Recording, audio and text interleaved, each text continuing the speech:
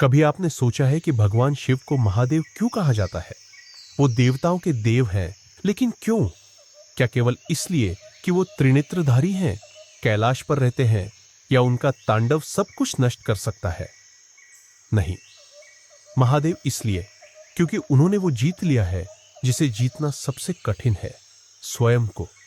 और जब कोई व्यक्ति अपने भीतर की चिंता, भय और बेचैनी को जीत लेता है, तभी वह सच्चे अर्थों में देव बनता है।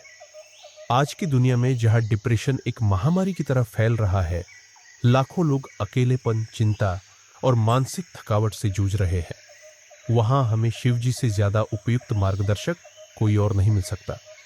तो चलिए, आज हम शिव जी की दिनचर्या, उनके जीवन के रहस्यों और प्रतीकों के माध्यम से सीखेंगे कि कैसे हम भी डिप्रेशन और चिंता से मुक्ति पा सकते हैं, एक स्थायी, गहरी और आत्मिक मुक्ति। पहला रहस्य, मौन और ध्यान। शिव जी को मौन योगी कहा जाता है। वे घंटों, दिनों, यहां तक कि वर्षों तक ध्यान में लीन रहते हैं।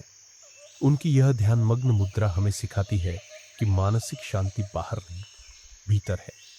आज के समय में हम हर जगह कुछ ना कुछ ढूंढते रहते हैं, यूट्यूब, नेटफ्लिक्स, सोशल मीडिया, लेकिन खुद के अंदर झांकने का समय नहीं निकालते। जब मन बहुत भारी हो, जब विचार बेकाबू हो जाए, तो बाहर शांति ढूंढना व्यर्थ है। उस समय शिव की तरह बैठ जाइए, आंखें बंद, सांसों पर ध्यान और एक मंत्र, ओम नमः शिवाय, सिर्फ 10 मिनट हर दिन। धीरे धीरे ये मंत्र आपकी चिंता को पी जाएगा, जैसे शिव ने विष पिया था। दूसरा रहस्य, वैराग्य, लेट गो। शिव जी संसार में रहते हैं, लेकिन उससे जुड़े नहीं है। ना उन्हें सोने चांदी की लालसा, ना सिंहासन की इच्छा। वो श्मशान में भी सुखी है और कैलाश पर भी। उनका यही वैराग्य उन्हें चिंता से मुक्त करता है। हम अक्सर चिंता इसलिए करते हैं क्योंकि हम पकड़ लेते हैं रिश्तों को, नतीजों को, भविष्य को, और यही पकड़ हमें तोड़ देती है। लेकिन शिव सिखाते हैं, छोड़ दो।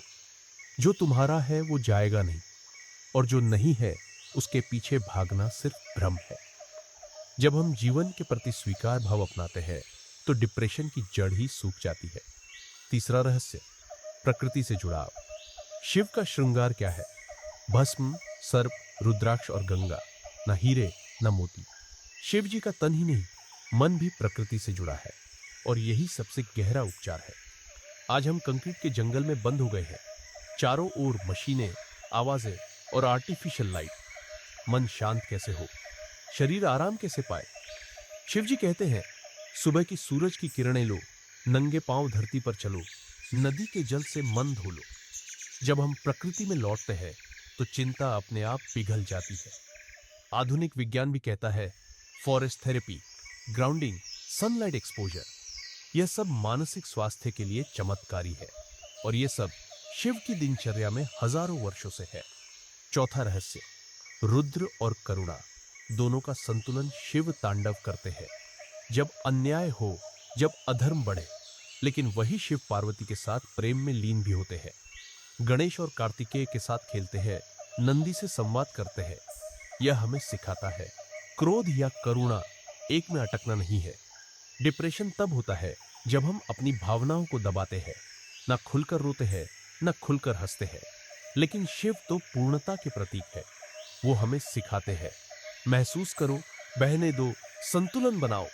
आपको गुस्सा आता है, उसे दबाइए मत, किसी शांत जगह पर जाइए, शिव की तरह तांडव करे, शरीर को झटके, गला खोलकर बोले, और फिर शांत हो जाए। ये एक प्रकार का इमोशनल डिटॉक्स है, जिसे हम भूल चुके हैं। पांचवा रहस्य, भस्म और मृत्यु का ध्यान। शिव भस्म रमाते हैं, श्मशान में रहते हैं। लेकिन क्यों? क्योंकि वो हर पल मृत्यु को साथ लेकर जीते हैं, और यही उन्हें सबसे ज्यादा जीवित बनाता है। हम चिंता करते हैं क्योंकि हमें लगता है कि हमारे पास बहुत कुछ है खोने को। लेकिन जब आप मृत्यु को गले लगाते हैं, हर दिन ध्यान करते हैं कि मैं नश्वर हूं, तो डर, तनाव और कंपैरिजन खत्म हो जाता है। आज हम हर बात में क्या होगा सोचते हैं। शिव सिखाते हैं, जो होना है वह होगा, लेकिन अभी इस पल में जियो, पूरी तरह से, सच्चे मन से। छठा रहस्य, संगीत, डमरू और नृत्य। शिव का डमरू केवल एक वाद्य नहीं, वो ब्रह्मांड की धड़कन है। तांडव सिर्फ नृत्य नहीं, वह जीवन की गति है। जब आप डिप्रेस्ड हो तो शरीर को हिलाइए, संगीत में डूब जाइए। शिवा शोसस, मूवमेंट हील्स। डिप्रेशन जमाव है, ऊर्जा के ठहराव का नाम है, और नृत्य उसे फिर से प्रवाहित करता है। हर दिन 10 मिनट अपनी पसंद का कोई भी भक्ति संगीत चला कर नाचिए, अकेले, निसंकोच। धीरे धीरे मन से मेल हटने लगेगा, आत्मा हल्की हो जाएगी, और अंत में शिव का सबसे बड़ा संदेश स्वीकार करो। हर रूप में शिव भूतों के स्वामी हैं, विकलांगों के देवता, तृतीय पंथियों के रक्षक, पशुपति भी है और योगी भी। उनका यह एक्सेप्टेंस ही उन्हें संपूर्ण बनाता है। वो हर रूप को अपनाते हैं, किसी को नहीं ठुकराते। अगर आप डिप्रेशन से जूझ रहे हैं तो खुद को दोष देना बंद कीजिए। आप जैसे हैं वैसे ही सुंदर है। जैसे शिव हर किसी को स्वीकार करते हैं, वैसे ही खुद को स्वीकार कीजिए। तो मित्रों, महादेव केवल पूजा के नहीं, जीने के प्रतीक है। अगर हम उनकी दिनचर्या, उनके भाव और उनके दर्शन को आत्मसात कर लें तो न केवल डिप्रेशन बल्कि जीवन की सारी उलझनों से मुक्ति मिल सकती है। आज ही से शुरुआत कीजिए। मौन, ध्यान, प्रकृति, तांडव और सबसे जरूरी स्वयं की स्वीकृति। वीडियो को लाइक करें, कमेंट करें और किसी ऐसे व्यक्ति के साथ जरूर शेयर करें जो किसी मानसिक तकलीफ से गुजर रहा हो। हर हर महादेव।